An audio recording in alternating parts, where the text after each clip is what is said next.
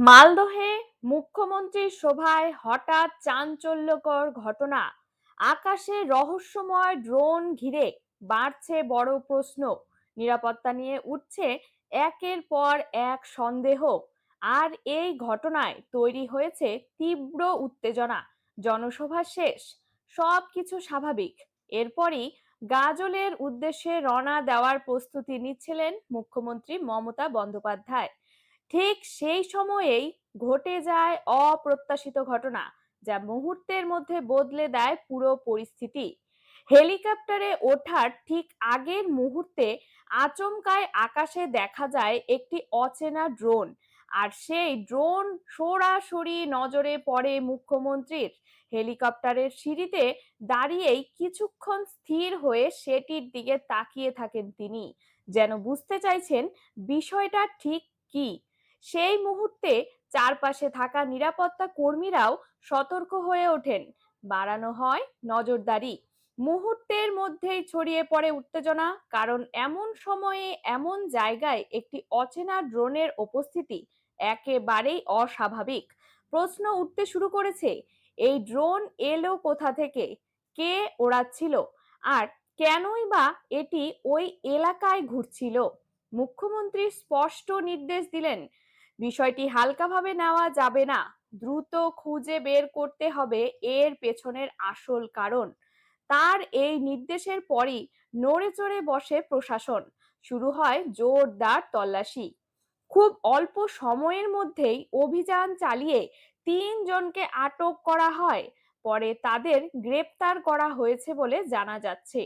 তাদের কাছ থেকে মোবাইল ফোন সহ একাধিক ইলেকট্রনিক্স ডিভাইস উদ্ধার করা হয়েছে, যা এখন তদন্তের জন্য খতিয়ে দেখা হচ্ছে। কিন্তু এখানেই শেষ নয়। এই ঘটনাকে ঘিরে এখন তৈরি হয়েছে আরো বড় প্রশ্ন এবং রহস্য। এই ড্রোন কি সত্যি সাধারণ কারো শখের ফল, নাকি এর পেছনে রয়েছে কোনো পরিকল্পনা? কারণ সাধারণ অবস্থায় একটি ড্রোন ওড়ানো যতটা সহজ, ভিআইপি নিরাপত্তার মধ্যে সেই একই কাজ করা কিন্তু ততটাই কঠিন। ফলে স্বাভাবিকই সন্দেহ বাড়ছে। রাজনৈতিক মহলেও শুরু হয়েছে জোর জল্পনা, কারণ চলতি মাসেই রাজ্যে বিধানসভা নির্বাচন। নির্বাচনের আগে এমন একটি ঘটনা কি নিছক কাকতালীয়, নাকি এর পেছনে রয়েছে বড় কোনো উদ্দেশ্য? এই প্রশ্ন এখন ঘুরছে সবার সামনে। অনেকেই মনে করছেন এটি হয়তো শুধুই একটি ছোট ঘটনা, কিন্তু অন্য একটি অংশ বলছে এই ঘটনার পেছনে বড় কোনো বার্তা বা উদ্দেশ্য লুকিয়ে থাকতে পারে। আবার প্রশ্ন উঠছে, এটি কি শুধুই কারো ব্যক্তিগত কৌতূহল, নাকি ইচ্ছাকৃতভাবে তৈরি করা হয়েছে এই পরিস্থিতি? বিরোধী দলগুলির পক্ষ থেকে অবশ্য সমস্ত অভিযোগ অস্বীকার করা হয়েছে। তাদের দাবি, এই ঘটনাকে বাড়িয়ে দেখানো হচ্ছে এবং রাজনৈতিকভাবে ব্যবহার করা হচ্ছে। ফলে একদিকে প্রশাসনের তদন্ত, অন্যদিকে রাজনৈতিক চাপান উত্তর। দুই দিক থেকেই বাড়ছে উত্তেজনা, যা এই ঘটনাকে আরো গুরুত্বপূর্ণ করে তুলছে। মালদহের মালতীপুরে এই জনসভায় ছিল প্রচুর ভিড়।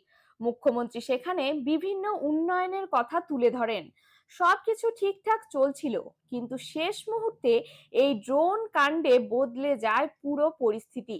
নিরাপত্তার প্রশ্ন এখন সবচেয়ে বড় হয়ে উঠেছে, কারণ মুখ্যমন্ত্রীর মতো একজন গুরুত্বপূর্ণ ব্যক্তির সফরের সময় আকাশপথ সাধারণত সম্পূর্ণ নিয়ন্ত্রিত থাকে।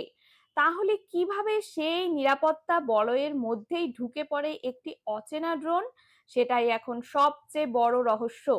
পুলিশ সূত্রে জানা যাচ্ছে, ধৃতদের জিজ্ঞাসাবাদ করেই জানার চেষ্টা করা হচ্ছে তারা একাই এই কাজ করেছে, নাকি এর সঙ্গে আরো কেউ জড়িত। তাদের মোবাইল ফোন এবং অন্যান্য ডিভাইস থেকে তথ্য সংগ্রহ করা হচ্ছে, যাতে বোঝা যায় এই ঘটনার পরিকল্পনা আগে থেকে করা হয়েছিল কিনা।